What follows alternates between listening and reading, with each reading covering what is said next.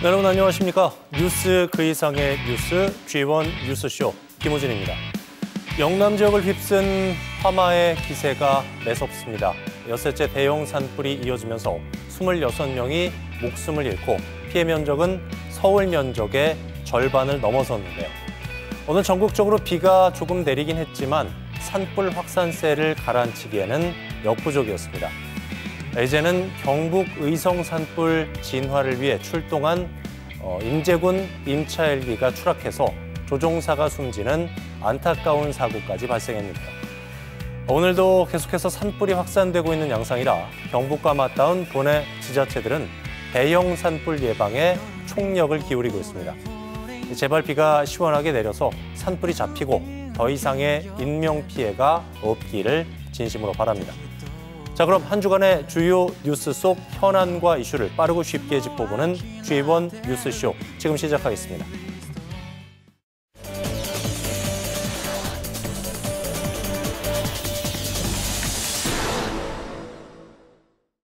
춘천시는 20년째 방치 중인 금싸라기 땅 옛 캠프 페이지를 특수 시각 효과 VFX 산업의 전초기지로 만들 계획입니다. 이를 위해 지난해 탈락한 국토교통부의 도시재생혁신지구 공모를 다시 준비 중입니다. 하지만 강원도는 춘천시의 이 같은 개발 방향에 여러 우려를 표명합니다. 11년간 시민 공론화 끝에 추진한 공원 개발 용역을 춘천시가 지난해 말 돌연 중단한 것도 모자라 공원 한가운데 업무 시설을 조성하는 건 사업성이 떨어져 노른자 땅이 아깝다는 겁니다. 또 양쪽에 따로 조성될 공원이 서로 단절될 우려가 있고 무엇보다 캠프 페이지는 VFX 산업 부지로는 적합하지 않다는 게 가장 큰 이유입니다. 춘천역 앞 옛 캠프 페이지 부지. 역세권이란 말이 무색할 만큼 허허벌판입니다. 2000여 년 미군 부대 철수 이후 20년째 별다른 개발이 이루어지지 않았기 때문인데 춘천시가 강원자치도의 반대에도 개발을 추진하는 이유입니다. 공청회를 통해 구체적인 사업 계획도 밝혔습니다. 전체 사업 면적은 12만 7천 제곱미터, 4만 평 가까이 됩니다. 춘천시는 이곳을 영상산업, 특히 특수 시각 효과인 VFX 산업 육성을 위한 공간으로 만들겠다는 구상입니다. 춘천시는 시민 공감대 형성을 확대하는 한편 강원자치도와의 협력도 말하고 있지만 도와 시의 갈등이 봉합될지는 미지수입니다. 한편 캠프 페이지 개발 공청회장에 태극기 한마음회 등 일부 단체 회원들이 절차적 문제를 지적하며 항의하는 소동이 일고 춘천시민연대 등 일부 시민단체는 공청회보다 공론화가 우선이라며 불참했습니다. G1 뉴스 박명원입니다. 네, 앞서 영상에서 보셨듯이 오늘 주민 뉴스는 춘천 캠페이지 개발을 둘러싼 강원자치도와 춘천시의 갈등 양상에 대해서 얘기 나눠보도록 하겠습니다. 관련 내용 취재한 최경식 기자 나와 있습니다. 어서 오세요. 네, 안녕하세요. 자, 춘천시가 추진 중인 캠페이지 개발 두고 도화시가 이견을 보이고 있는 것 같은데 구체적으로 어떤 개발 사업입니까? 네, 춘천역 앞에 있는 캠프 페이지는 2005년 미군이 철수한 이후 20년째 방치되고 있습니다. 춘천시는 캠프 페이지를 영상산업, 특히 특수시각 효과인 VFX 산업 전초기지로 만들 계획입니다. 이를 위해 지난해 탈락한 국토교통부의 도시재생 혁신지구 공모를 다시 준비하고 있습니다. 양옆으로 46만 제곱미터의 공원을 조성하고 중간에 전문 영상 스튜디오와 11층 규모의 업무 시설, 근린 생활 시설, 그리고 컨벤션 센터도 짓겠다는 구상입니다. 그렇군요. 강원자치도가 강하게 반발을 하는 이유부터 좀 들어볼게요. 네, 강원도는 11년간 시민 공론화 끝에 결정한 공원 조성 계획을 춘천시가 돌연 뒤집은 것에 가장 큰 문제가 있다고 보고 있습니다. 춘천시가 2020년 말부터 공원 개발 용역을 수립해 왔는데 육동환 시장이 취임하고 지난해 말 갑자기 이 용역을 중단한 것을 지적하고 있는 겁니다. 진행률 84%에서 용역이 중단되면서 10억 원의 매몰 비용이 발생했고요. 특히 춘천시가 도시재생 혁신지구 공모 신청을 위해 공원 조성을 위한 도시숲 조성사업 예산을 포기하면서 국비 20억을 포함해 40억 원을 날렸다고 강도 높게 비판하고 있습니다. 이로 인해 춘천시는 공원 조성에 대한 뚜렷한 밑그림이 없다고 보고 있고 혁신지구 전체를 상업지역으로 바꾼다는 건 난개발이 우려된다는 입장입니다. 그렇군요. 이와 관련해서 춘천시 입장도 좀 들어봐야 될 것 같아요. 네, 춘천시는 강원도가 지적하는 사업 적절성 여부와 구체성 부족 등에 대해선 직접 대응은 자제하고 있습니다. 다만 도와 지속적으로 협의하되 현재 구상 중인 VFX 산업 등 개발 계획에는 변함이 없을 거라는 입장을 고수하고 있는데요. 춘천시는 도시재생 혁신지구 사업이 VFX와 같은 신산업을 육성하는 거라며 개발 당위성을 내세우고 있습니다. VFX 산업을 통해 양질의 일자리를 창출하고 수도권으로 떠나는 청년 인구 유출도 막을 수 있다고 보고 있는 겁니다. 또 양쪽에 조성될 공원이 서로 단절되는 거 아니냐는 우려에는 업무시설 앞에 작은 광장을 설치해 양쪽 공원을 연결하겠다는 구상입니다. 하지만은 강원도가 춘천시의 어떤 절차적 하자 그리고 소통 부재 문제를 꼬집으면서 갈등이 좀 커지는 모양새예요. 네, 춘천시 개발 계획대로라면 도시 기본 계획 변경을 위해서 도지사 승인이 필요하고요. 캠프페이지가 주한미군 공여 구역이라 발전 종합 계획 수립도 필요해서 수립권자인 도지사 판단을 거쳐야 합니다. 하지만 강원도는 춘천시가 이 두 가지 모두 협의 없이 일방적으로 추진하고 있어 문제 삼고 있는데요. 춘천시는 아직 도시재생 혁신지구 공모에 선정된 것이 아니기 때문에 둘 다 공모에 선정된 이후에 도하고 협의해도 될 문제라고 보고 있는 겁니다.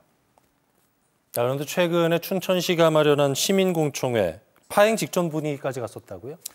네, 그렇습니다. 약간의 몸싸움도 있고 고성이 오가기도 했습니다. 춘천시가 공청회를 졸속으로 마련했다는 게 이유였습니다. 공청회에 참가한 일부 단체는 춘천시가 강원도와 협의 없이 일방적으로 캠프페이지 개발 사업을 진행하고 있다며 20분 이상 항의했습니다. 결국 소란이 커지자 경찰이 출동하기까지 했는데요. 항의자들은 전문 패널도 특정 분야에 편중됐다며 문제 삼기도 했습니다. 또 강원도가 공청회 패널 참여를 공식 요청했다가 묵살되는 일도 있었는데요. 춘천의 한 사회단체에선 춘천시의 이번 개발 계획을 놓고 중단 또는 백지화 요구도 하고 있는 상황입니다. 네, 캠페이지 개발 둘러싸고 강원도와 춘천시의 어떤 힘겨루기 양상으로 이어지는 것 같아서 보는 사람이 좀 안타까운데 좀 양측이 잘 합의를 해서 올해는 캠페이지 개발에 속도가 좀 붙었으면 좋겠어요. 지금까지 주민뉴스 최경식 기자와 얘기 나눠봤습니다. 잘 들었습니다. 네.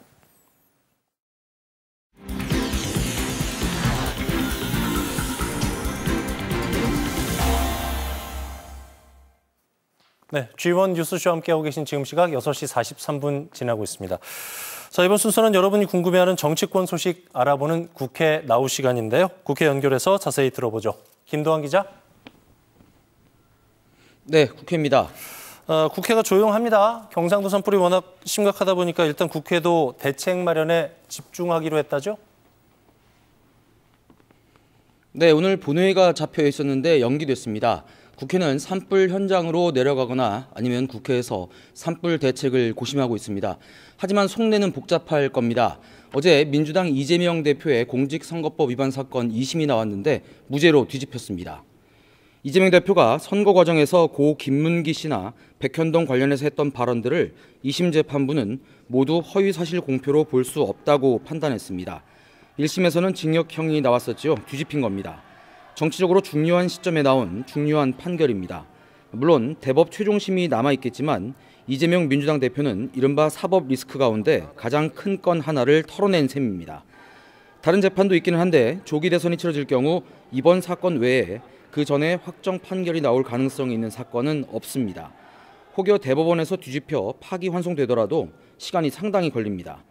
그간 국민의힘이나 보수 진영에서는 윤석열 대통령의 비상계엄도 문제지만 이재명 대표도 문제가 심각하다는 논리를 폈습니다. 어차피 형이 확정되면 피선거권이 박탈된다는 불가론이었는데 이게 애매해진 겁니다. 또 최근 민주당이 주도한 탄핵이 죄다 기각되면서 분위기가 반전됐다고 보고 있었는데 2심 결과가 기대했던 것과 180도 달라 당혹스러운 겁니다. 민주당 내부 교통정리도 쉬워질 전망입니다. 사법 리스크를 지렛대 삼았던 계파 문제도 잠잠해지고 이 대표의 독주 체제가 더 탄탄해질 겁니다. 민주당은 단일 대오로 탄핵 국면을 정면 돌파하고 이 대표는 민생이나 경제 중심으로 활동할 수 있는 기반이 마련된 겁니다. 자, 이렇게 되면은 역시 관심은 헌법재판소로 쏠릴 수밖에 없을 것 같은데요. 저희가 이번 주일 것 같다, 다음 주일 것 같다 이렇게 얘기한 게 몇 주 된 것 같은데 정황으로만 보면은 이달을 넘길 것 같아요.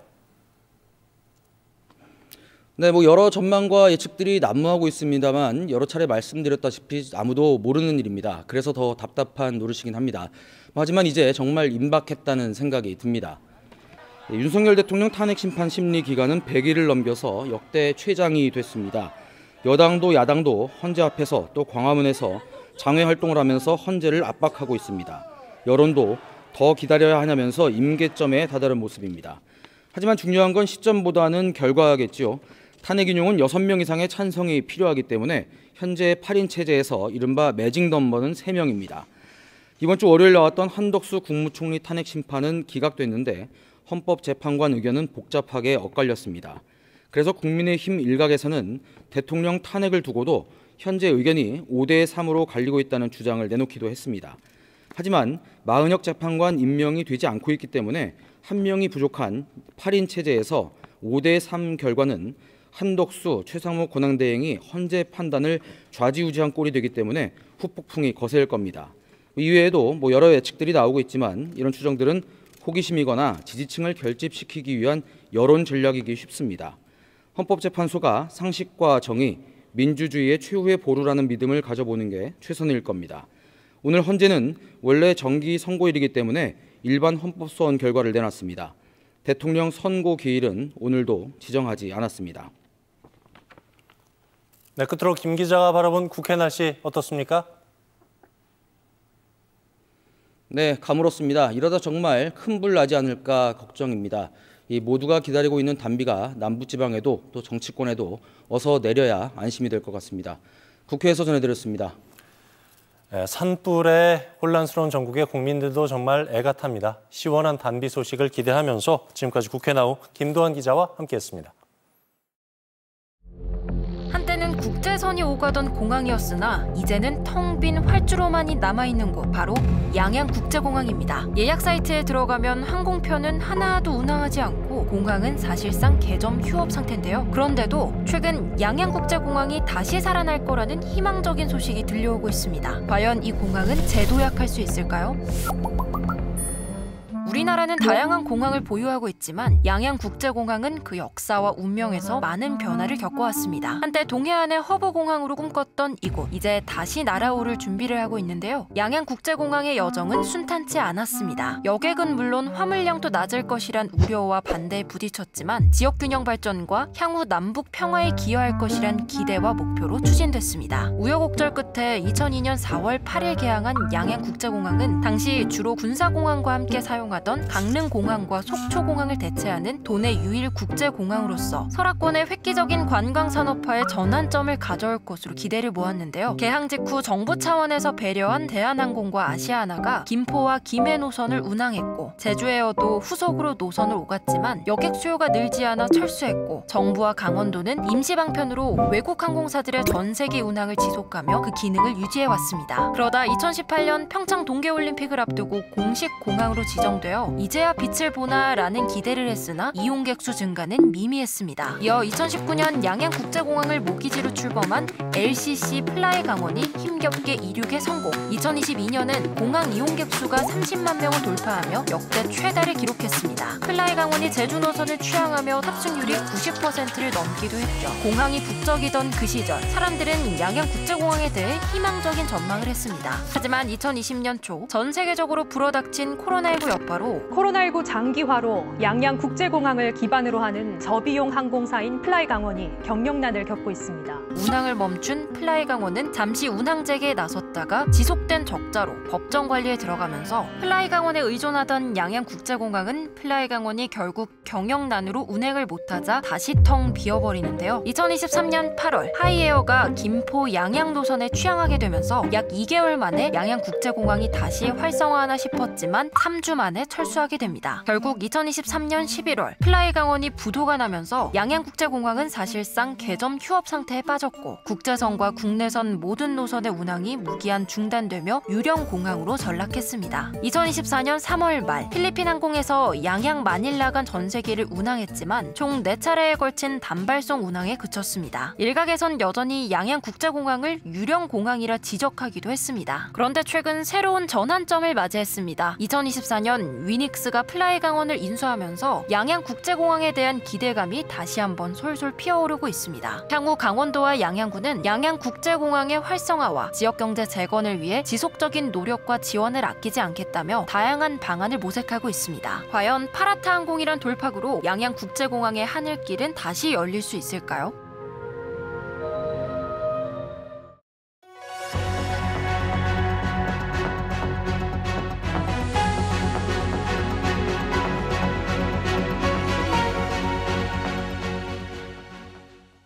네, 앞서 알려드린 지원 영상에서 보신 것처럼 양양국제공항이 탄생해서 지금에 이르기까지의 여정 순탄치만은 않았습니다. 양양국제공항을 모기지로 취향한 플라이 강원이 역사 속으로 사라지고 파라타 항공으로 비상을 준비하고 있습니다. 그래서 오늘 이슈 토크에서는 파라타 항공, 비상하면 양양공항 활성화라는 주제로 김재진 강원연구원 기획조정실장과 자세히 얘기 나눠보도록 하겠습니다. 실장님 안녕하십니까? 네, 안녕하세요. 네. 일단 정부가 플라이 강원을 인수한 파라타 항공의 면허 변경을 승인해 주는 게 시급해 보이는데요. 지금 상황 어떻습니까? 네, 지금 이제 파라타 항공이 원래는 작년 11월에 항공 운송 면허 사업자 변경을 했어요. 그러니까 이제 대표자라든가 사업 계획에 대한 거를 이제 기존에 플라이 강원이 했던 그런 내용들하고 이제 다르게 간다는 사업 계획을 이제 제출을 해서 그걸 이제 빨리 받아가지고 올 상반기에 이제 취항을 하려고 했는데 아시다시피 1월 달에 제주항공이죠. 제주항공 참사가 있어가지고 그거로 인해서 국토부에서 이 부분이 좀 늦게 지금 진행이 되고 있는 상황이에요. 그래서 아마 파라타 항공 측에서도 아마 이제 3월이나 4월까지 다 이게 승인이 나게 되면 8월에는 아마 이제 제주 양양공항 취항을 아마 목표로 지금 준비 중에 있는 걸로 알고 있습니다. 이게 정부 승인도 승인이지만은 비행기를 또 직접 구해야 되고 여러 가지 해결해야 될 과제들이 많잖아요. 정리를 좀 해주실까요? 사실은 이제 항공사 입장에서 당연히 수익을 내려면 비행기를 이제 찾아야겠죠. 네. 그런데 이제 전 세계적으로 지금 코로나가 끝나고 나서 항공수가 굉장히 많이 늘었다고 그래요. 그러다 보니까 아마 항공기를 도입하는 데 있어서 꽤 시간이 많이 걸렸던 걸로 제가 알고 있습니다. 그래서 파라타 항공이 초창기의 계획은 이제 항공기 4대를 이제 계획을 했었는데 일단은 지금 A330하고 A320이라고 해서 A330 같은 경우는 한 270석, A220 같은 경우는 한 270석 정도 되는 항공기 2대는 이미 어느 정도는 이제 확보가 된 상황인 것 같아요. 그래서 일단 8월에 그 부분을 이제 취항하는 걸로 목표로 두고 그 이후에 아마 또 비행기들을 또 이렇게 추가적으로 도입해서 추진하려고 하는 계획인 걸로 저는 알고 있습니다. 네. 예.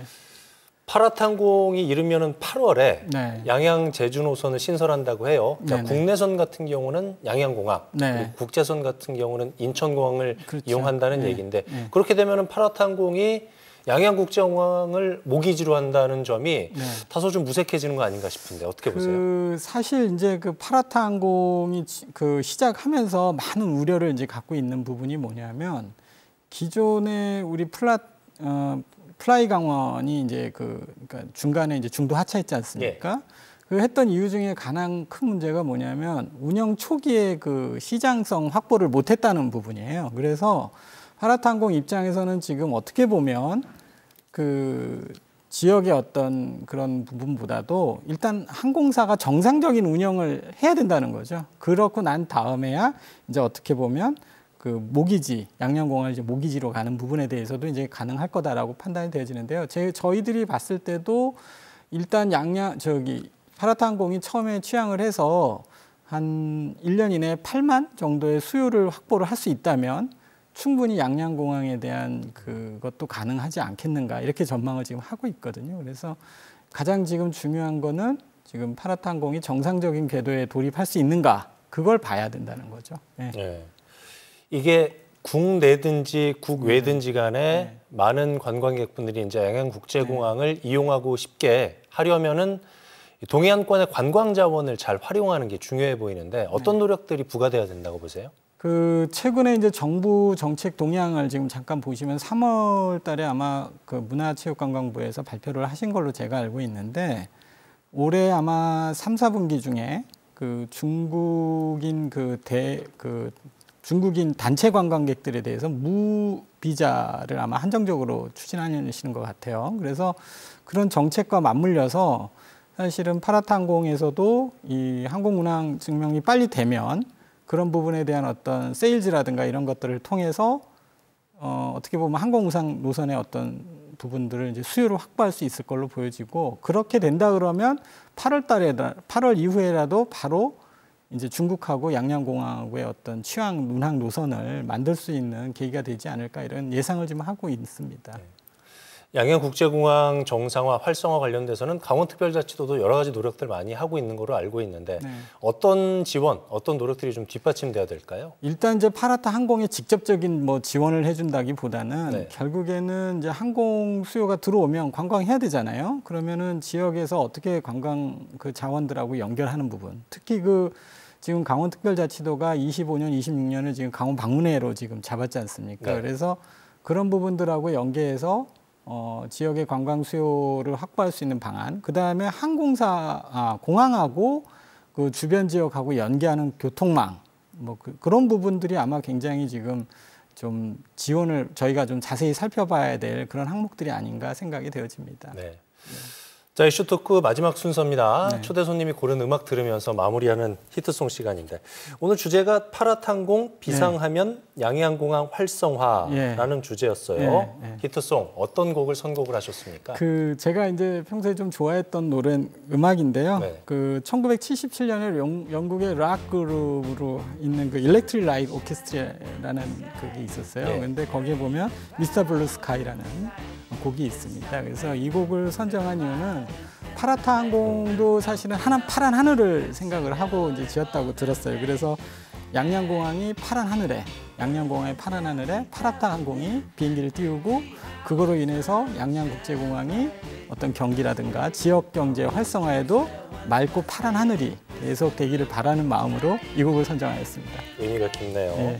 파라타항공 취향으로 양양국제공항이 우리의 바람 아니겠습니까? 활성화돼서 지역 경제도 좀 올리고 관광도 활력이 넘치기를 기대하겠습니다. 김재진 강원연구원 기획조정실장과 함께 얘기 나눠봤습니다. 오늘 말씀 잘 들었습니다. 네, 감사합니다. 지난 2012년 11월 속초에서 현장 체험학습 중 초등학생이 주차하던 버스에 치여 숨지는 안타까운 사고가 발생했습니다. 이 사건으로 담당 교사가 1심 유죄 선고를 받으면서 교육계는 큰 충격을 받았고, 일선 학교에서도 체험학습을 기피하는 분위기 속에 현장 체험학습을 둘러싼 찬반 논란이 이어지고 있습니다. 학생과 학부모 의견부터 들어보겠습니다. 막 선생님한테 배워서 막 사진 찍는 거 막 이런 거를 막 수업보다는 재밌고 많이 배우는 것 같아요. 박물관 그런 데 가면은 옛날 역사도 알 수 있고 애들이랑 더 친해지게 놀고, 운동회도 사실상 저희 이번에 나 한 번밖에 안 했거든요. 그래서 차라리 현장 체험학습도 갔으면 좋겠어서. 저도 뭐 아이들 지금 초등학교 뭐 다 아이들 다 가르쳤고, 또 이제 손주도 지금 3학년짜리도 있는데 실제로 가서 아이들이 경험도 해보고 그러면서 느끼는 것도 있을 것 같고, 그래가지고 조심만 한다면. 아무래도 아이들한테 학교에서의 교육 방식에 맞춰서 해야 되기 때문에 좀 필요하다고 생각해요. 자기 또래끼리나 선생님 지도하에 배울 수 있는 거를 또 배울 수 있다고 생각하거든요. 그런 기회가 없는 것 같아서. 직접 체험하며 경험적 지식을 쌓는 현장 체험학습. 학교 밖 배움도 중요하다는 이유로 대다수의 학부모들은 교육받을 권리를 주장하고 있습니다. 선생님에게 너무 과도한 책임을 이제 부담시키는 것 같다는 의견을 주셨습니다. 안전사고와 관련된 불미스러운 사건이 있었지만 그럼에도 불구하고 현장 체험 학습을 통해서 학생들이 잘 배울 수 있는 그런 기회가 있기 때문에 현장 체험 학습은 반드시 있어야 한다고 생각합니다. 그리고 이제 어떤 사건 하나하나를 하나의 사건인데 굉장히 이제 확대 해석하고 그걸로 전체를 외도하는 그런 사건들이 최근에도 많이 있었기 때문에 하나의 사건을 확대시켜서 전체가 그런 나쁜 학부모 또는 대전철 사건에서처럼 이 선생님 한 명으로 교육 집단이 통제되지 않는 그런 집단인 것처럼 매도되는 그런 일들은 없었으면 좋겠습니다. 한편 도내에서도 현장 체험학습이 취소되거나 축소되는 학교들이 늘어나고 있는데요. 일선 현장에서는 교사의 법적 보호 장치가 없다면 체험학습을 아예 없애야 한다는 목소리도 나오고 있습니다. 현장 체험학습 사고 인솔 교사의 1심 실행 선고 이후에 현장 체험학습 과정에서 발생하는 예측 불가능한 불의의 사고로부터 교사를 보호하지 못한다면 현장 체험학습은 더 이상 유지하기 어렵습니다. 교사에게 모든 사고를 책임을 전가하는 구조를 개선해서 교육 공동체 전체가 안전을 위한 책임을 분담해야 할 것입니다. 이처럼 새 학기를 시작한 교육 현장에선 현장 체험학습을 둘러싸고 진행하자는 측과 중단하자는 측의 이견이 팽팽한데요. 그렇다면 이에 대해 교육당국은 어떤 입장일까요? 학생의 안전을 완전하게 보장할 수 있는 시스템은 없다고 생각하지만요. 이에 대한 책임이 인솔교사에게 있다는 사법부의 판단에 따라 학교 현장에서 현장 체험학습을 둘러싼 찬반 논란은 있을 수밖에 없다고 생각합니다. 교원들의 안전한 교육활동 보호를 위해 다양한 안전 대책을 마련하고 최대한 안전 사각지대가 발생하지 않도록 지원 방안을 모색하고 있습니다. 아무래도 현장의 의견을 다양하게 청취하는 시간을 갖는 것이 훨씬 더 효율적이고 좋을 것 같다는 생각에서 현장 체험학습 안전관리에 대한 방안을 교원 단체 그리고 교장, 교감단 대표를 모시고 이어서 그 현장의 소리를 듣고 또 저희가 놓치고 있는 부분에 대해서는 더 적극적인 지원 방안을 마련하는 자리를 마련하고 있습니다. 학생과 교사가 함께 보호받을 수 있는 교육 환경이 마련돼야 할 텐데요. 그러기 위해선 무엇이 필요할까요? 현장 체험이 사라진다면 계속 공부만 하니까 뭔가 스트레스를 많이 받을 것 같아요. 놀러 가는 게 없어진 거라 가지고 슬플 것 같아요. 현장 체험학습 많이 갔으면 좋겠습니다. 아이들이 학교에서 안전하게 학교 생활을 할 수 있는 게 제일 중요한 것 같아요. 안전한 학교 생활. 아이들이 좀 더 안전하게 그리고 좀 더 유익하게 교육적으로 도움이 많이 될 수 있게끔 선생님들도 좀 힘들지 않게 그런 현장 체험을 할 수 있었으면 좋겠습니다. 정당한 교육 활동뿐만 아니라 체험 학습과 생활 지도 등 소신껏 교육 활동을 펼칠 수 있도록 법적인 안전 조치의 방안이 조속히 마련되어야 합니다. 한 마을의 아이를 키운다라는 말처럼 교육 공동체로서 같이 손잡고 가는 함께하는 그런 학교가 되었으면 좋겠습니다. 현장 체험학습을 둘러싼 찬반 논란. 과연 모두가 안전한 체험학습을 위한 해법은 없을지 여러분의 생각은 어떠십니까?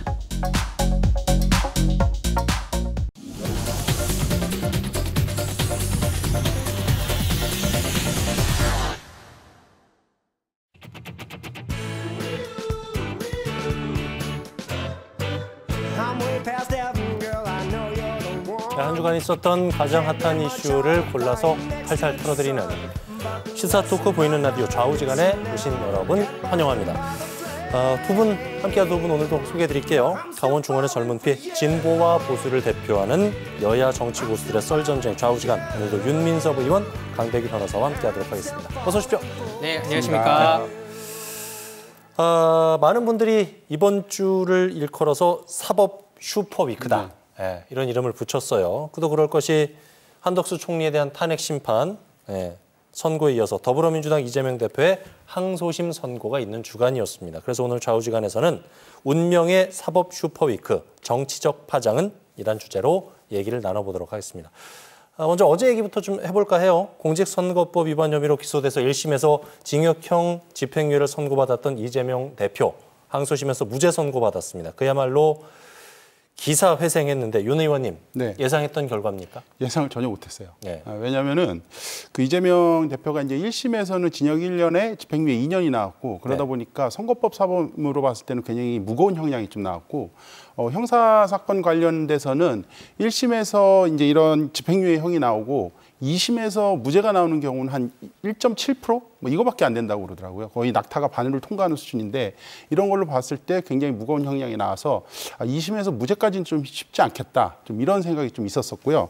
그리고 내용으로 잠깐만 들어가서 봤을 때도 김문기 전 처장에 관련된 발언이 이제 두 개가 좀 있었는데요. 하나는 처장을 몰랐다는 부분들하고 하나는 사진이 좀 조작되었다. 이런 부분들이 있었는데 이 부분에 대해서는 과연 인식에 대한 재판을 그를 범죄로 취급할 수 있을까에 대한 부분들이 있어서 이 부분은 좀 뭐 무죄가 나올 수도 있겠다 이렇게 봤는데 저는 백형동 부지 관련된 발언들은 좀 과장된 표현이라고 좀 보이거든요. 네. 그래서 과장된 표현에 대해서는 좀 다퉈볼 여지가 있어가지고 형량 싸움이 좀 있을 수 있겠다. 좀 이런 좀 예측을 했었는데 전부 다 이제 무죄가 나온 거는 좀 뜻밖의 이 결과였던 부분들이 있고요. 또 하나 이제 이게 이렇게 판단이 나온 거 보니까 재판부에서 어느 원칙을 좀 세운 것 같아요. 일단은 그 표현의 자유에 대한 선거에서 표현의 자유를 좀 허용하겠다. 이런 원칙을 좀 세웠던 것 같고요. 그리고 이런 부분들에 대해서 형사처벌만이 능사가 아니다. 좀 이런 원칙이 있었던 것 같고 또 하나는 이제 형사처벌에 이제 명확한 기준이 좀 분명히 해야 된다. 이런 것들에 대한 기준의 잣대를 좀 댄 거라고 생각이 들고요.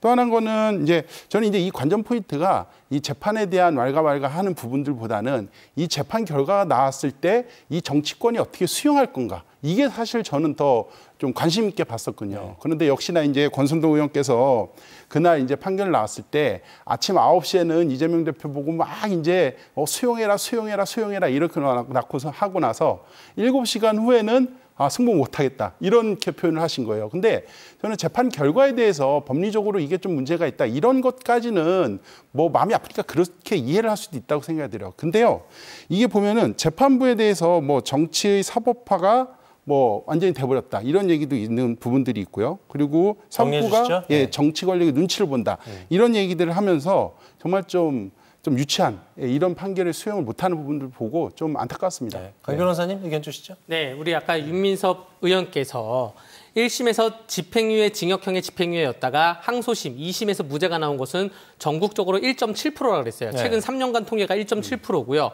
그러니까 아무도 예상을 못하는 게 그 1.7%도 항소심 와서 새로운 증거가 제출되면 무죄가 될 수가 있는 겁니다. 근데 항소심에서 아무런 증거도 제출되지 않았는데 갑자기 무죄가 선고된 걸 예상을 못했고요.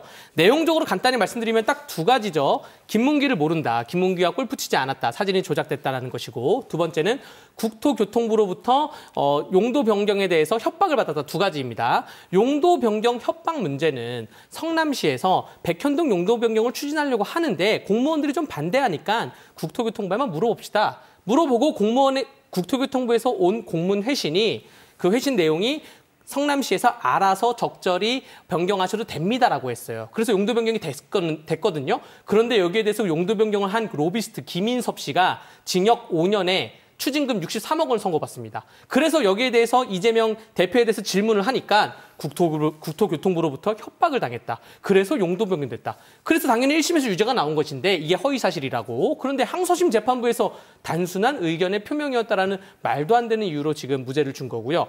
김문기를 안다 모른다는 더 황당합니다. 여러분들, 김문기를 모른다에 대해서 이 두 가지 사진이에요. 이 두 가지 사진이 재판부에서는 이 사진이 지금 조작됐다고 판결을 내린 것인데, 자, 뭐나 하면 왼쪽인 사진은 확대한 거고 오른쪽 사진이 원본인 것이죠. 그런데 이 사진에 보면 고 김문기 씨도 있고, 이게 2015년 호주에서 찍은 사진입니다. 고 김문기 씨도 있고 증인으로 나왔던 유동규 씨도 있어요. 유동규 씨가 증인으로 나와가지고 이재명은 김문기 안다. 골프도 같이 치고 같이 호주 여행도 갔다 오고 같이 근무한다라고 했고, 고 김문기 그 처장의 아들도 법정에 나와서 우리 아빠가 이재명 대표랑 골프 치고 왔다고 자랑도 많이 하고 내 앞에서도 이재명 대표라고 통화도 했다. 그런데 여기에 대해서 재판부가 이 사진이 조작됐다고, 이게 지금 조작된 걸로 보이십니까?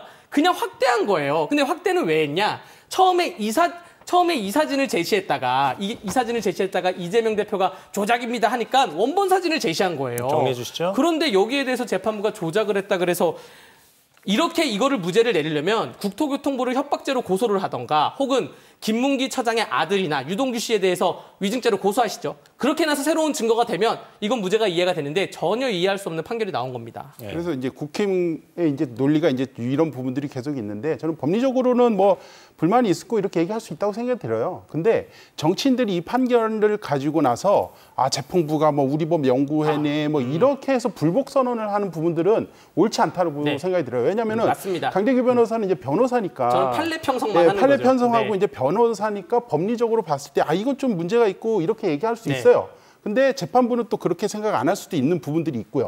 근데 권성동 대표가 한 행위나 이런 부분들에 대해서 저는 전혀 용납이 안 되는 부분이 있어요. 왜냐하면은 당장 오늘 그날 아침에 9시에 이재명 대표 보는 판결에 승복해라 이렇게 계속 압박 넣다가 본인이 불리한 판결 나오니까 이거 승복 못하겠다. 이렇게 하는 거는 정치적으로 굉장히 문제가 있다고 보는 겁니다, 저는. 네, 판사님 개인 성향에 대해서 공격하는 거는 정말로 우리나라 그 사법 체계에서 또 법치주의 국가에서는 해서는 안 되는 일이고요. 이런 식으로 했으면 말씀하신 저는 충분히 공감되는 게 이재명 대표 1심에 징역형의 집행유예 나왔잖아요. 징역형의 집행유예 나왔잖아요. 그렇다 그래서 그 판사님에 대해서 성향에 대해서 그렇다 공격받거나 공격하거나 그러지 않았거든요. 그러니까 정치적인 입장을 말을 할 때도 뭔가 판례 평석이나 뭐 이런 얘기를 해야지 판사 개개인에 대해서 공격하는 것은 저는 좀 옳지 않다고 생각이 됩니다. 그리고 하나만 더 말씀드리면 네, 권성동 대표가 이게 습관이신 것 같아요. 자신이 왜냐면은 강원랜드 채용 비리에서 자신이 이제 무죄 판결 낸 그 판사가 있는데 이분도 우리법 연구회 소속이에요. 근데 그때는 이거 훌륭한 판사다, 막 경이롭다 이런 얘기를 하시고 나서 그 똑같은 판사가 윤석열 대통령 체포영장을 발부한 판사거든요. 그때는 막 이렇게 욕을 하세요. 이건 옳지 않은 거죠. 정말 이러시지 않았으면 좋겠어요. 네, 어쨌든 저는 판사님 개인적인 성향은 제가 잘 모르겠으나 뭐 판사님 세 분이에요. 세 분이 판단하니까 세 분이서 이제 합의를 해서 판단을 내렸을 텐데 이 판례가 100페이지거든요. 1심은 92페이지였고 항소심 2심은 100페이지인데 이 100페이지를 아무리 읽어봐도 이 논리가 이해가 안 돼요. 그러니까 법리적으로 그럴 수 있다고 생각이 들어요. 법리 보는 사람들은. 어쨌든 뭐 무죄 판결은 나왔어요. 민주당은 그간의 부담을 좀 덜었고. 그렇죠. 이재명 대표 역시 대선 행보에 탄력이 붙을 것으로 모두들 예상을 해보고 있거든요. 강 변호사님 어떻게 생각하세요? 어제 그 선고가 나오고 나서 그리고 나서 그 서울 고등법원 앞에 딱 보니까 민주당 의원들이 양쪽으로 도열을 쫙 했더라고요. 마치 어떠한 무슨 집단처럼 뭐 조직폭력배 집단처럼 이렇게 도열을 쫙 했는데 그런 모습이 인상 깊었는데 지금 이재명 대표는 명확히 얘기하면 아직 5개의 재판을 하고 있고 12개의 혐의로 5개의 재판을 하고 있습니다. 백천동, 대장동, 성남FC 사건이 있고요. 대북송금 사건이 있어요. 또 지금 위중교사 사건이 있고요. 공직선거법 사건은 상고를 할 때도 대법원에 갈 것이고 여기다가 또 지난번 이화영 경기부지사 재판에서 쌍방울 김성태 회장이 증인신문 도중에 이재명 대표 나한테 1억 5천만 원 쪼개기해서 후원금 받아가지 않았어 라고 해서 그것도 수사가 또 진행 중입니다. 대선 행보에 어제 저녁까지는 탄력이 붙을 수가 있지만 민주당 내부에서는 아직은 약간은 앞으로에 있을 리스크에 대해서는 좀 더 검토를 하는 분위기고요. 지금 국민들도 약간 그런 시각으로 바라보고 있을 거라 생각이 됩니다. 윤 의원님? 민주당이 지금 이 타이밍에 좀 조심해야 된다고 생각이 들거든요. 그러니까 누가 봐도 조기 대선을 전제로 했을 때는 이재명 대표가 날개를 닫은 건 맞아요. 왜냐하면 지금 가뜩이나 탄핵 심판이 늦어지고 시간도 없고 이런데 재판 결과는 만약에 안 좋게 나왔으면은 이재명 대표 같은 경우에는 정치적으로 굉장히 위험한 수준에 빠질 수 있었는데 이 무죄가 나온 거는 일단은 시간도 벌었고요.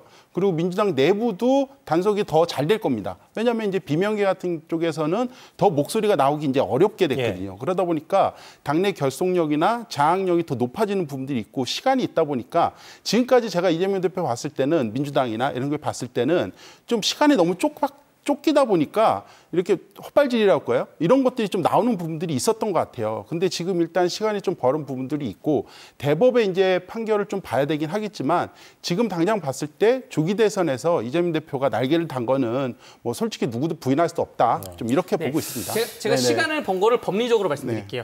아까 말씀드린 여러 가지 일련의 뭐 대장동, 백현동, 대북송금 사건은 피선거법 박탈은 없는 사건입니다. 그렇죠. 그렇기 때문에 완벽한 결과가 나오기까지 뭐 인신에 대한 변화가 있지 않으면 그 대선은 가는 것이고 지금 공직선거법 사건이 피선거법 박탈이 있는데 대법원에 가는 게 많은 분들이 633 원칙에 의해서 3개월 안에 결과 나오는데 기다리자라고 하는데 그거는 대법원이 파기 자판했을 때 결과가 나오는 것이고요.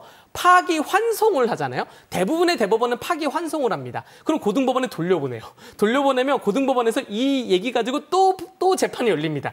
그런 식으로 해서 또 고등법원 결과 나오면 또 상고를 해요. 그래서 사실상 633 원칙은 파기 자판일 때만 가능한 건데 파기 환송을 하면 한 1년의 시간을 번 겁니다. 그렇죠. 네. 그래서 조기 대선이 열릴 경우에는 뭐 이재명 대표가 강력한 후보가 된 게 좀 확실해 보이고요. 네. 근데 반면 이제 국힘이 좀 빨간불이 많이 들어온 것 같아요. 왜냐하면은 국힘의 전략이 지금까지는 이재명 대표의 사법 리스크 이걸로 거의 올인하다시피 했거든요. 근데 예. 이제 그거에 대해서 좀 이렇게 전략이 좀 맞아 떨어지지 않는다. 좀 이런 부분들이 좀 있는 것 같습니다. 저는 뭐 조기 대선이든 차기 대선이든 이재명 후보가 대통령 후보가 되는 게 국민의힘에 더 유리하다. 저는 이렇게 보고 있는 사람 중에 한 명이거든요. 그게 이제 재판 전까지인 것 같아요. 모르는 사람하고 네. 싸우는 것보다 아는 사람하고 싸우는 게 훨씬 낫습니다. 왜냐하면은 지금까지 아는 사람을 너무 두둑였어요. 너무 두둑해가지고 이제 더 때릴 데도 없어. 2022년 그러다 대선 보니까 전보다 지금 말씀드렸다시피 12개의 혐의를 더 받고 있어요. 5개의 재판이 진행 중에 있습니다. 어쨌든 이 대목에서 더 궁금해지는 거는 이 대표의 선고 결과가 과연 윤 대통령 탄핵 심판 선고 결과에 영향을 미칠 것이냐 미치지 않을 것이냐에 대한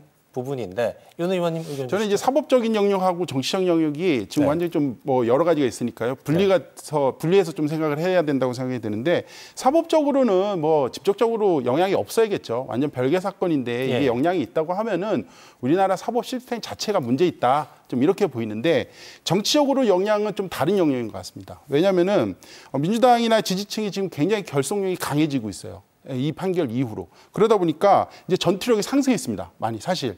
저도 이제 거들의 이제 탄핵 찬성 집회 이렇게 가보면은 민주당 분들이 되게 전투력이 어제부터 높아졌어요. 사실. 네. 그런 부분들이 있고 그러다 보니까 그리고 정치 지형이나 여론도 정권 심판론이나 이런 부분들이 좀 강하게 되지 않을까 뭐 이런 부분들이 있어서 결국에 이런 정치적인 환경 변화 이런 부분들이 현재 정치적으로 간접적으로 영향을 주지 않을까 좀 이렇게 좀 바라보고 있습니다. 네, 저도 똑같은 의견인데 근데 약간 이유는 약간 다릅니다. 네네. 직접적으로 영향은 미치지 않을 것이고 미쳐서도 안 되고 간접적인 영향이 미칠 가능성이 있는 것은 저희가 지난번에도 말씀드렸다시피 헌법재판소는 왜 여론을 따라갈 수밖에 없는가에 대해서 설명을 이미 드렸고 그렇기 때문에 어제 선고 이후에 새로운 여론조사를 돌릴 거예요. 그러면서 대통령에 대해서 돌아와야 되냐 아니면 돌아오면 안 되는 것이냐 그 여론조사를 돌렸을 때 지금은 많은 여론조사의 지표가 반반인데 여기에 변화가 있다면 이게 헌법재판소에 반영이 될 거라 보여지고요. 또 한 가지 결을 달리해서 왜 그러면 지금 말씀하신 것처럼 민주당에서 화력이 더 올라올 것이냐. 국민의힘도 화력이 더 올라올 거예요. 양측에서 혹은 뭐 세 개의 진영에서 왜 화력이 올라올 것이냐. 내년에 지방선거가 있습니다. 그래서 지방선거에 관련된 분들이 굉장히 열심히 활동하고 있어요. 그렇기 때문에 화력이 양측 진영 모두 올라올 수밖에 없다라고 말씀드리겠습니다. 그런데 이제 민주당 같은 경우에는 화력이 이제 뭉쳐서 올라오는데 이제 국회의원 이제 여러 계산이 많거든요. 더군다나 윤석열 대통령이 나온 석방에서 나온 부분들이 굉장히 이게 전선을 흐트러져 놨다. 저는 이렇게 좀 보고도 있는 상황이 있습니다. 네네. 이번에 지난 월요일로 돌아가 보죠. 헌재가 한덕수 국무총리에 대한 탄핵소추 기각했습니다. 기각 5, 각하 2, 인용 1 이렇게 의견이 갈렸는데 두 분은 헌재 선고 어떻게 보셨는지 궁금합니다. 강 변호사님. 네, 전체적인 그러한 선고 결과에 대해서는 예상한 대로 나왔습니다. 제가 예상했던 것은 기각의 각하 의견은 좀 붙어 나올 수가 있을 것이다. 주문은 기각인데 각하에 대해서 별개 의견이 있을 것이라 예상은 했는데 정말 예상 못한 거는 인용 의견이 있을 거라고는 전혀 예상하지 못했어요. 그래서 인용이 왜 이렇게 적었나 하는. 그래서 우리 윤미섭 의원님이 국민의힘에서는 헌법재판관 개개인의 성향이나 판사의 개개인의 성향에 대해서 공격하지 마라라고 하는데 이게 전혀 예상하지 못하는 방향으로 나오면서 그 예상하지 못한 방향을 선고했던 분들이 어떠한 법원 내에 기존에 있었던 사조직 형태, 지금은 법원 내에 그러한 사조직이 아무것도 없습니다. 뭐 군대로 치면 하나의 이런 것처럼 우리법연구회라는 거기에 속해 있던 그 명단에 보면 다 있던 분들이기 때문에 그래서 의심할 수밖에 없는데 어쨌든 한덕수 탄핵소추 기각은 굉장히 환영하는 입장이고요. 한덕수 총리가 돌아와서 대한민국이 좀 더 안정 인정됐다라고 생각이 됩니다. 윤 의원님? 저는 우선 이게 월요일 날 있었던 일인데 네. 한 달 정도 된 일인 것 같아요. 너무 이 일주일간에 많은 일이 있었고 해가지고 좀 멀게 느껴지는데요. 일단은 좀 아쉬운 부분들이 많습니다. 일단은 헌재에서 뭐 여러 부분들이 이제 판결이 된 것 같은데요. 일단 재판관 임명 관련해서는 그냥 좀 의견이 갈린 것 같습니다. 이건 조금 이따 얘기 더 드리겠고요. 이제 쌍특권 뭐 이런 거부권 같은 경우에는 거부권을 건의한 거는 뭐 그냥 건의한 것뿐이다. 뭐 이렇게 판단한 것 같고 계엄가담 같은 경우에는 이제 적극적인 증거가 없다. 좀 이렇게 판결을 낸 부분들이 있는 것 같아요. 근데 일단은 저는 가장 아쉬운 게 이 헌법재판관 임명을 안 한 거에 대해서 뭐 그 4분의 재판관 플러스 1명 같은 경우에는 좀 이렇게 문제가 있다. 위헌 소지가 있음에도 불구하고 탄핵 사유까지는 안 된다. 이 부분이 굉장히 아쉬운 부분들이었어요. 저도 지난번에 방송에 나왔을 때도 이 부분이 아마 인용이 되는 부분들의 결정적인 역할을 할 거다. 좀 이렇게 생각을 했었는데 그냥 문제는 있는데 뭐 그냥 그 자리에 둔다. 이런 부분들은 앞으로 미칠 파장이나 이런 것들에 대한 굉장히 영향이 많다고 생각이 들거든요. 그래서 그런 부분들이 좀 안타깝다는 생각이 많이 들었습니다. 네, 이게 탄핵이라는 게 일반 직장은 징계위원회 비슷한 거거든요. 그러니까 징계위원회를 들어가다 보면 잘못한 건 맞아요. 근데 이 사람에 대해서 뭐 감봉이나 정직을 할 것이지 파면할 정도는 아니다라고 판결을 많이 합니다. 거기에 일환이고요. 노무현 대통령 같은 경우에도 노무현 대통령의 각종 발언이 선거에 대해서 영향을 미쳤다는 걸로 탄핵 심판까지 올라간 것인데 거기에 대해서 그 당시 헌법재판관들이 뭔가 문제는 있어 보이지만 파면할 정도는 아니다라고 한 것입니다. 거기에 기인한 거라고 말씀드릴 수 있습니다. 저도 이제 이런 부분들이 유연성을 좀 부여했다고 생각이 들어요. 근데 이게 여기서 끝내자. 근데 만약에 윤석열 대통령에게도 이런 것들이 적용이 되면은 절대 안 된답니다. 저는. 왜냐면은 아니 이 사람은 한덕수 국무총리는 뭐 그렇다 쳐요. 예, 솔직히 이것도 뭐 마음에 안 와닿지만 헌법재판관들이 뭐 숙고해서 이렇게 판단한 건데, 근데 윤석열 대통령이 계엄은 했는데 그게 탄핵까지 아니 그 뭐 파면까지는 아니다. 이런 판결이 나왔을 때는 거의 대한민국이 뒤집어진다. 저는 이렇게 보고 있습니다. 이게 일각에서는 한덕수 대행이 복귀한 거를 두고 한대행 체제로 조기 대선을 치르겠다는 헌재 시그널이라는 주장도 나와요. 네. 두 분의 시각이 궁금한데 먼저 강 변호사님. 일단 여기에 대해서는 한덕수 총리에 대한 기각이 윤석열 대통령의 역량에 있냐. 일단 여기서 먼저 말씀드리자면 이건 몰라요. 왜 모르냐면 한덕수 기각 결정문을 읽어보니까 예단을 할 수 있는 모든 가능성을 차단했습니다. 개인적으로 궁금했던 거는 헌법재판소가 처음 낸 의견이 국무회의 회의록이냐고 갖고 와라. 그러면 국무회의를 진행했냐 아니냐 판단을 해야 되는데 거기에 대한 것도 결정문에 좀 많이 없어요. 그리고 한덕수 대행에 대해서 복귀한 거에 대해서 조기 대선 시그널이냐라는 거는 약간 진보 측 정치인 측 의견이고 보수 측의 의견을 말씀드리자면 만약에 조기 대선을 갈 거였으면 한덕수 총리 왜 돌려옵니까? 이창수 지검장 왜 돌려와요? 박성재 법무부 장관도 판단할 필요도 없죠. 왜냐하면 내각이라는 거는 대선을 치르려고 하면 다 어차피 갈리는 사람들입니다. 어차피 갈릴 사람들인데 이거를 2개월 살려두자고 다시 돌려보낸다? 이것이 아니고 오히려 내각에 대해서 돌려온다는 거는 아예 내각을 지킨다. 통으로 돌려오겠다라는 것으로 해석이 될 수도 있는 것이죠. 내각만 돌려왔으면 좋겠고 윤 전 대통령은 안 돌아왔으면 좋겠다는 게 제 바람이고요. 이게 왜냐하면은 그런 바람인 것 같아요. 사실 각자 진영에서 지금 희망 회로를 막 돌리는데 이것도 하나의 그 영역이라고 생각이 드는데 저는 그분은 그렇다. 좀 이렇게 희망이다 바라봐도 이번 판결문을 좀 제가 봤을 때는 이 판결문에서도 찾을 부분들이 분명히 있다 하는 부분들이 있었습니다. 뭐냐면은 이 결정문에 국무회의라는 단어가 총 23번 정도가 들어오는데 그중에 그 한덕수 국무총리 그 기각한 판결문 중에서 12페이지 보면은 이 계엄 전후로 국무회의가 한 번씩 열립니다. 근데 계엄 전에 했던 국무회의 같은 경우에는 그냥 회의 소집이라고 표현을 했어요. 그리고 그 뒤쪽에는 다 국무회의라고 표현한 겁니다. 그러니까 여기서 저도 희망의 회로를 막 돌려서 그러면은 계엄 전에 한 회의는 헌법재판소에서 국무회의가 아니라는 걸로 보지 않나. 그냥 회의 소집을 했다 정도로 보여지지 않나. 좀 이런 부분들이 있어가지고 이거는 헌법 77조나 계엄법 뭐 2조 이거에 대한 명백한 위법이거든요. 저는 그런 부분들이 있어가지고 국무회의는 분명히 안 했다. 이 부분은 헌법재판소에서 보지 않나. 짧게 이렇게 보고 말씀드리죠. 있습니다. 국무회의는 정책을 진행하냐 아니냐 법통관이 의결기구예요. 근데 희한하게 계엄법에만 국무회의가 의결이 아니라 심의한다로 되어 있어요. 예. 그러니까 계엄을 결정할 때는 국무회의 의결은 필요 없습니다. 국무회의를 심의만 하면 되는 걸로 되어 있습니다. 근데 이 국무회의가 회의록도 없고 지난번에도 말씀드렸는데 5분짜리 회의예요. 근데 거기서 계엄을 결정했다, 심의했다, 말도 안 되는 얘기죠. 네. 끝으로 좌우지간 오늘의 주제. 운명의 사법 슈퍼위크 정치적 파장은 두 분의 한 줄 평 들을 시간입니다. 먼저 윤 의원님. 네, 이번 주 한 줄 평은 정치 메시지를 좀 잠시 내려놨습니다. 예. 왜냐하면 지금 산불이 너무 심해가지고요. 예. 좌우지간 비 좀 더 내려다오로 정했습니다. 예. 지금 산불로 희생되시고 피해 보신 분들께 위로의 말씀 드리고 싶습니다. 강 변호사님. 네, 저도 비가 내리길 바라면서 그래도 정의의 시계는 돌아간다라고 한 줄 평을 하겠습니다. 네. 이재명 대표가 항소심에서 무죄 선고받으면서 전국은 또다시 요동치고 있습니다. 계속해서 좌우지간에서는 이후의 파장, 윤 대통령 탄핵 심판 결론 등 계속해서 탈탈 털어드리도록 하겠습니다. 좌우지간 오늘은 여기까지 하죠. 함께해 주신 윤민섭 의원, 강대규 변호사 말씀이었습니다. 잘 들었습니다. 네, 뉴스 그 이상의 뉴스 지원 뉴스쇼 오늘 준비한 소식은 여기까지입니다. 편안한 저녁 시간 보내십시오. 고맙습니다.